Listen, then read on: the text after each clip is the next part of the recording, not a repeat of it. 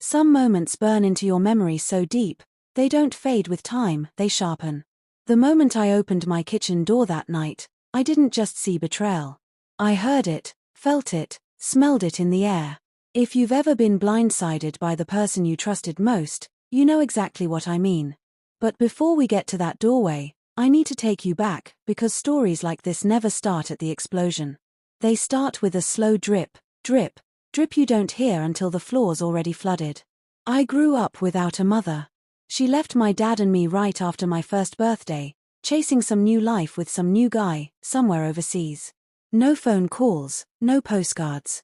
My relatives treated her like she'd never existed, and I learned early that when someone's chasing their own fantasy, they'll bulldoze anyone in the way. Parents, kids, promises, it doesn't matter. My dad didn't remarry for years. He worked himself raw, building a construction company from scratch, putting his name on the side of every truck in town. When I was 14, he finally brought someone new into the picture. Her name was Lauren, 22, all smiles and curves, barely 4 years older than me. Standing there in my off-the-rack suit, watching my dad marry someone who could have been my classmate, I knew life was about to get strange. We never really bonded, and I shipped off to the army the first chance I got. The military became my entire world. Then came the roadside bomb. I was bleeding out in the back of a medevac chopper when I met Olivia Ali to her friends.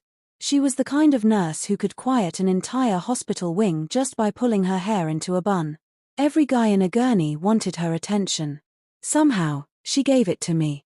She tucked fresh sheets under my back, laughed at my bad jokes, and for the first time since the blast, I wanted a future again.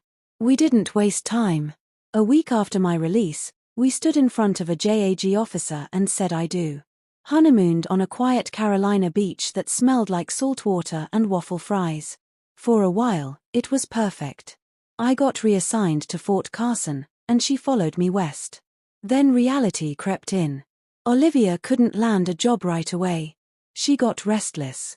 Arguments flared over little things, my jacket on the wrong chair, my boots left by the door. I brought her flowers, read baby blogs at 2 in the morning, tried to remind her we were a team. The day she told me she was pregnant, I thought maybe we'd turned the corner. When Violet was born, I learned the midnight bottle drills and diaper folds, took naps sitting upright against the fridge. But something in Olivia cooled. She dodged my eyes, flinched from my touch. I told myself it was exhaustion. That summer, I sent her and Violet to her parents in New York, hoping the time away would bring her back to me. And for a little while, it worked. She returned sun-kissed and smiling, kissing me over reheated leftovers like the girl I'd met in that hospital hallway. Then came my deployment to Mali. Dust, heat, and long stretches without communication. At first, she emailed every week updates about Violet, how empty the house felt without me. Then the messages slowed. Then stopped. 6 months in, I got unexpected orders to return home early. I was thrilled, couldn't wait to surprise her. When I landed in Denver, I called. No answer. Same at baggage claim. Same in the cab. I figured she was out with Violet. But the front door was unlocked, the living room empty, Violet asleep in her crib. Then I heard it. Laughter from the kitchen. A man's deep voice. I edged closer, heart hammering so loud I was sure they could hear it. Major Daniel Cooper, soft around the middle, PX officer on base, was shirtless at my kitchen table, champagne flute in hand. My wife, in nothing but a tank top, sprawled across his lap, whispering in his ear while his hand roamed up her thigh. She leaned into him, and he kissed her like I'd never existed. Something in me went still. No rage, no heartbreak, just cold, clinical observation. My hand went to the tactical blade clipped to my thigh holster.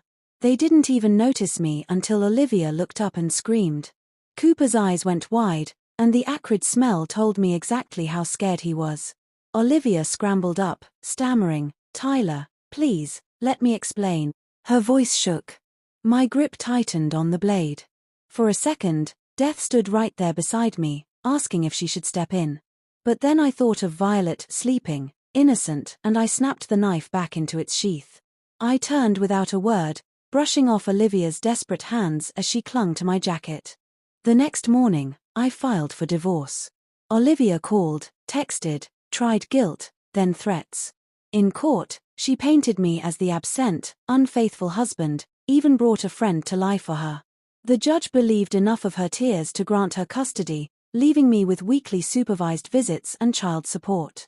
But she didn't get a dime of my military housing or bank account. There was nothing for her to take. Cooper, of course, didn't even show his face in court. Outside, I asked Olivia one last question.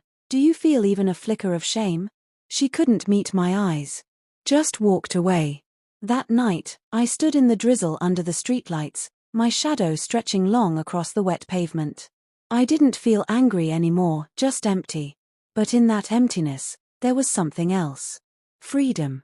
I realized that sometimes, the greatest rescue mission isn't saving someone else. It's saving yourself.